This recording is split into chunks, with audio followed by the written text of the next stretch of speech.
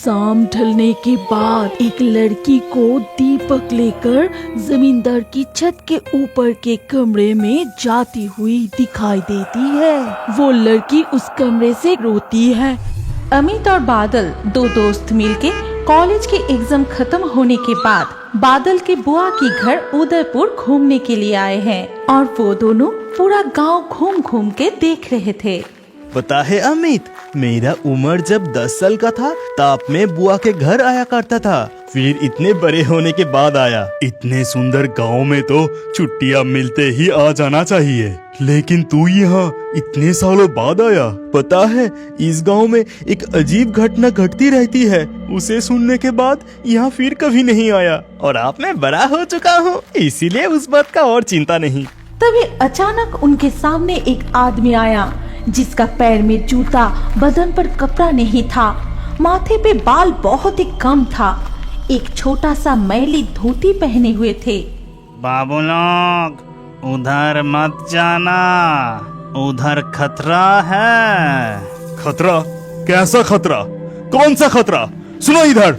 वो आदमी प्रश्न का कोई उत्तर ना देकर वहाँ से पास वाली जंगल में चला गया और ना जाने कहाँ गायब हो गया। ये आदमी अजीब था, न जाने कहां से आके कौन सा खतरे के बारे में बता के यहाँ से चला गया। मैं तुझे इस गांव के वो अजीब घटना के बारे में कह रहा था ना, मुझे लगता है कि वो उस घटना के बारे में ही आज्ञा करके गया। अब चल यहाँ से। इसके बाद वो दोनों बुआ के घर लौट आए। फिर रात को खाना खाते समय बादल अपने बुआ से पूछा, अच्छा बुआ जी, जब मैं छोटा था तब इस गांव की वो जमींदार के घर में भूत देखा जाता था। क्या वो भूत अब भी दिखाई देता है? हाँ, दिखाई देता है ना, हर रात को लगभग 20 सालों से। उस भूतिया घटना की रहस्य के बारे में आज तक किसी को कुछ पता नहीं चला। भूतिया घटना?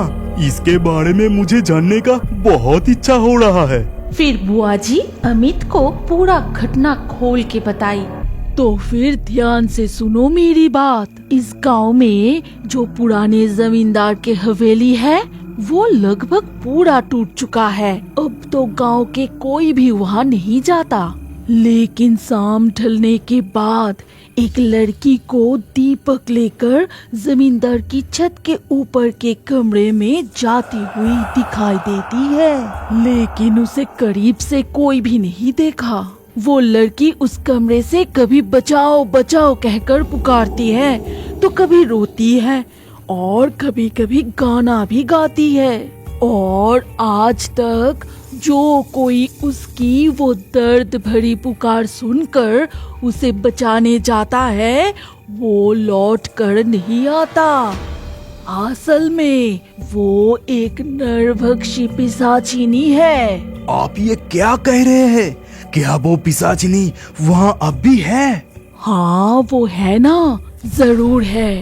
रात गहरे होते ही या तुम उसकी रोने की आवाज और नहीं तो गाना जरूर सुन पाओगे। लेकिन तब तुम दोनों घर से मत निकलना। तब रात काफी गहरी थी। अमित और बादल भी सो रहे थे। तभी अचानक एक सुरीली गाने की आवाज आती है।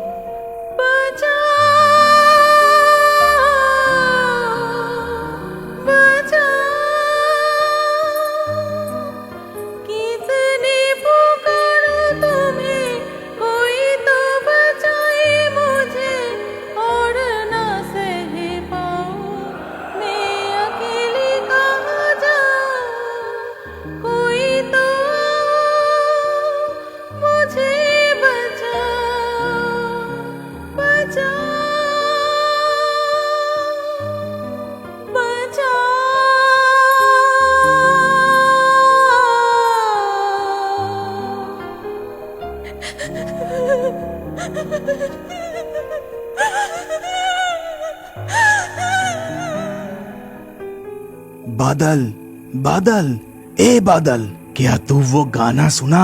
हाँ सुना है ना। कितनी डरावनी थी, लेकिन ऐसी आधुनिक युग में भूतिया घटना घट रही है। हम दोनों कल वो पुराने हवेली देखने जाएंगे, ठीक है? वो सब ठीक है, लेकिन दिन के उजाले में जिधर मर्जी जाना। अब सो जाते हैं, चलो।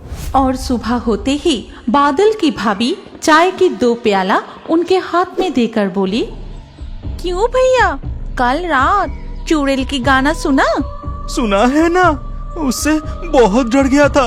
हाँ, इसीलिए शाम के बाद गांव के कोई भी घर से बाहर नहीं निकलते। सारे गांव के लोग, पुलिस, कितने तांत्रिक आए, पूजा की, लेकिन कुछ भी नतीजा नहीं निकला। अगर कोई गलती से भी रात को वहाँ चले गए तो उसका सर कटा हुआ लाश मिलता है। ये सुनकर अमित को डर लगने की बजाय उसके जानने की इच्छा और भी बढ़ गए। फिर बादल को अपने साथ लिए उस हवेली के तरफ जाते हैं और हवेली के पास पहुंचकर चारों तरफ देखने लगे। उन्हें कहीं भी कोई नजर नहीं आया। चारों तरफ बिल्कुल सन्नाटा थी। अचानक उनके सामने कुछ उछल पड़ा। अरे बाप रे, एक काले बिल्ली। अरे बाप रे, मैं भी डर गया था। चल लौट जाते हैं, ये जगह ठीक नहीं लग रहा है। अरे कुछ नहीं होगा, दिन के उजाले में चल हम अंदर जाके थोड़ा देखते हैं। फिर वो हवेली के अंदर गए और अंदर पूरा हवेली पेड़ पौधे से भरा हुआ था। चारों तरफ टूटे हुए हवेली के हिस्से बिखरे पड़े थे। अरे यहाँ तो कोई नहीं है, तो फिर उस तरह से गाना कौन गाती है? मुझे ये जानने की कोई शौक नहीं, तू यहाँ से चल। इसके बाद अमित और बादल वहाँ से लौट आए। फिर दोपहर को तालाब में बहुत मजे से नहाए। नहाने के बाद घर लौट के बुआ के हाथ के बने स्वादिष्ट खाना खाने के बाद अमित और बादल मिलके दोपहर को आराम से सो गए। लेकिन बादल जब नींद से जागी तब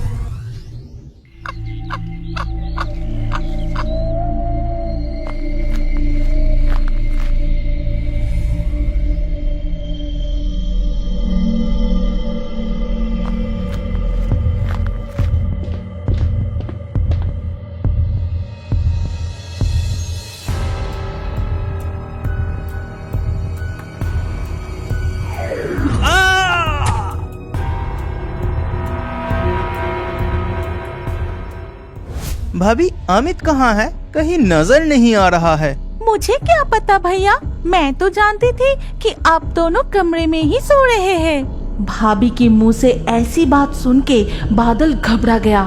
वो समझ गया था कि अमित कहाँ गया होगा। अमित बहुत बहादुर है, लगता है वो फिर से उस हवेली की तरफ गया होगा। बादल जितना जल्दी हो सके उस तरफ गया। तब शाम हो चुकी थी। चारों तरफ सन्नाटा। दूर कहीं से एक बगुला और मेंढक की आवाज आ रही थी, लेकिन अमित कहीं नहीं दिखाई दे रहा था। तब बादल ने सोचा, लगता है अमित तालाब की तरफ गया होगा, मैं फालतू यहाँ खोजने आया। फिर बादल तालाब के पास पहुँचा और वहाँ पहुँचने के बाद ये क्या, यहाँ भी नहीं है। कहाँ जा सकता है? कहाँ गया अमित? अमित, अमित, दोस्त अमित, मुझे बहुत डर लग रहा है। कहाँ है तू? लौट आ। फिर बादल अमित को पूरा गांव में पागलों की तरह इधर उधर ढूंढता रहा। देर रात तक ढूंढने के बाद भी उस रात अमित का कहीं अता पता नहीं चला। तुम इतना चिंता मत करो बादल, तुम्हारा भैया, पुलिस सब ढूंढ रहे हैं। अमित जरूर मिल जाएगा। भाभी, आज 3 दिन हो गए, अमित अभी भी नहीं मिला। लौट के अमित के माता पिता को क्या मुंह दिखाऊंगा? तुम जरा शांत होकर बैठो भैया, मैं जाके तुम्हारे लिए पानी लाती हूँ। फिर भाभी कमरे से निकलते ही बादल भी कमरे से बाहर चला गया। इसके कुछ देर बाद बुआ जी, बहू, बादल कहाँ है? बहुत देर से उसे देखा नहीं। मुझे पता नहीं माँ, पर अमित को लेकर बहुत चिंता कर रहा है। हो सकता है अमित को ढूंढने गया है। उधर बादल फिर से उस पुराने हवेली के तरफ गया और वहाँ पहुँच के वो टूटे हुए हवेली के तरफ बहुत देर तक देखता ही रहा। तभी वो कुछ महसूस करता है और वो एक पेड़ के पीछे जाके छुप गया। अरे वो कौन है? उस दिन का वो आदमी है जो मुझे और अमित को इस तरफ आने के लिए मना कर रहे थे। दिखा जाता है कि वो आदमी उस टूटे हुए हवेली के अंदर चला गया और वहाँ से पूरी तरह गायब हो गया। काफी देर तक पुराने हवेली के अंदर से वो आदमी को बाहर ना निकलते देख बादल को मन ही मन शक होने लगा और वो वहीं खड़ा रहने का फैसला किया। फिर धीरे धीरे शाम की अंधेरा छा गया। तभी हवेली के तरफ से एक आवाज आई। अरे वो कौन है? वो औरत है, दीपक लेके सीढ़ी की ओर जा रहा है। क्या मैं उसकी पीछा करूं? नहीं, थोड़ी देर यहाँ और रुकता हूँ। वो औरत दीपक लेके धीरे धीरे हवेली के छत के ऊपर वाले कमरे की तरफ चला गया और थोड़ी ही देर बाद एक गाना सुनाई दिया।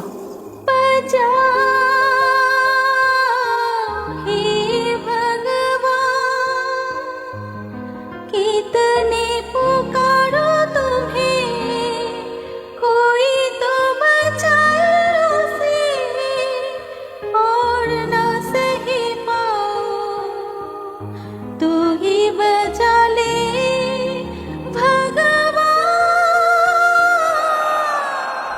इतने में बादल वहीं खड़ा रह के सोचने लगा। नहीं, ये तो भूत हो ही नहीं सकता। क्या भूत इस तरह से गाना गा के भगवान को पुकारेगा? सारे राज यहीं छुपा है। उधर शाम हो जाने पर भी बादल को घर ना लौटते देख उसका बुआ जी जोर जोर से रोने लगे। मैं तुम लोगों की बात नहीं मानूंगी, ये सब कुछ मेरी वजह से हुआ है। वो नरभक्षी पिशाचिनी की घटना उन्हें सुनाई थी, इसीलिए ये सब हो रही है। जरूर वो नरभक्षी पिशाचिनी उन दोनों को खा चुकी है। अब मैं क्या करूंगी? ये आप कैसी बातें कर रही है माँ? आप शांत हो जाइए, वो दोनों ही जरूर मिल जाएंगे। इधर बादल पेड़ के पीछे से देखा कि वो औरत सीढ़ी से उतर के दीपक लिए फिर से एक कमरे की तरफ चली गई। तभी वो आवाज फिर से सुनाई देती है और दीपक की रोशनी भी गायब हो गया। बादल कुछ देर तक वहाँ ही खड़ा रहा और वो अचानक से देखा कि वो जहाँ छुपा है उससे थोड़ी ही दूर की एक झाड़ियाँ कांप उठी। फिर चांद की रोशनी में वो जो देखा उससे उसका रोंगटे खड़े हो गए। अरे वो कौन है? कितना भयंकर चेहरा है उस आदमी का। लेकिन वो यहाँ कब छुपा? उसका हाथ में कितना विशाल तलवार। मैं किस्मत वाला हूँ कि मैं उस औरत का पीछा नहीं किया, नहीं तो वो मुझे मार डालते। वो आदमी धीरे धीरे हवेली के अंदर चला गया और अंधेरे में गायब हो गया।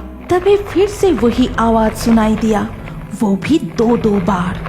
बादल समझ गया कि ये कोई पत्थर हटाने की आवाज है और वही उन लोगों का आने जाने का गुप्त रास्ता है।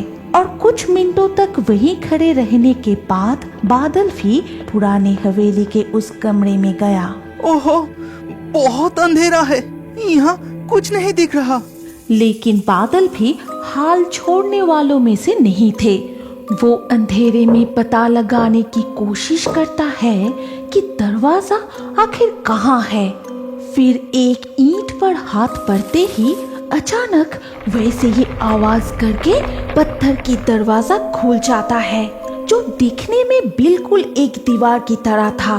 बादल अंदर जाते ही वो दरवाजा फिर से बंद हो जाते हैं। उधर तब गांव के थाने में बादल की भैया और पुलिस मिलके बातें कर रहे थे। इंस्पेक्टर, कुछ तो कीजिए। आज 3 दिन हो गए, बादल को संभाला नहीं जा रहा है। अमित को आप किसी भी हालत में ढूंढ निकालिए। आपको तो दिखाई दे रहा है कि उसे हम कितने ढूंढ रहे हैं, फिर भी न जाने कहां चला गया।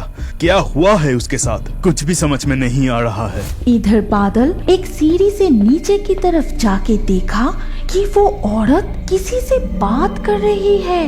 बड़े भैया, मैं आपके पैर पड़ती हूँ, ये सब बंद कीजिए।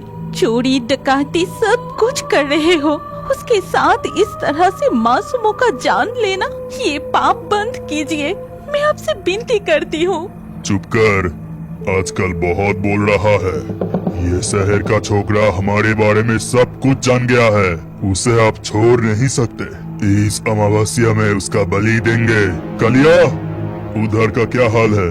सरदार, इस छोरे के दोस्त पर भी कड़ी नजर रखी है। वो फिलहाल उसके बुआ जी के घर पर है, लेकिन पुलिस इस छोकरे का बहुत तलाश कर रहा है। ठीक है, जितना चाहे वो तलाश कर ले, लेकिन इस पन्ना डाकू को कोई पकड़ नहीं सका। ये जंगल, गांव, गुप्त रास्ते सब कुछ मैं जानता हूँ। मेरा कुछ बिगाड़ नहीं पाएगा। तो बस चारों तरफ अच्छे से नजर रख। जी सरदार, आप चिंता मत कीजिए। फिर वो डाकू अपने साथियों के साथ सीढ़ी की तरफ ना आके गुफा के अंदर से ही और कोई दूसरे रास्ते से अंधेरे में गायब हो गया। तब गुफा में रह गया वो औरत और कालिया, मतलब वो काले आदमी। इसके बाद वो औरत एक खंबे के पास जाके कहती है, देखो तो किस तरह की खतरा मोड़ लिया। अब तो तुम्हें अपनी जान भी गंवानी पड़ेगी। तुम इस गुफा में आए ही क्यों? बादल तब भी छुपते छुपाते थोड़ा और आगे आता है। फिर उस खंबे की तरफ देखते ही पहचान लिया और मन ही मन कहा, अमित, वो तो मेरा दोस्त अमित है। वो जिंदा है, लेकिन उसको बांध के रखे हैं।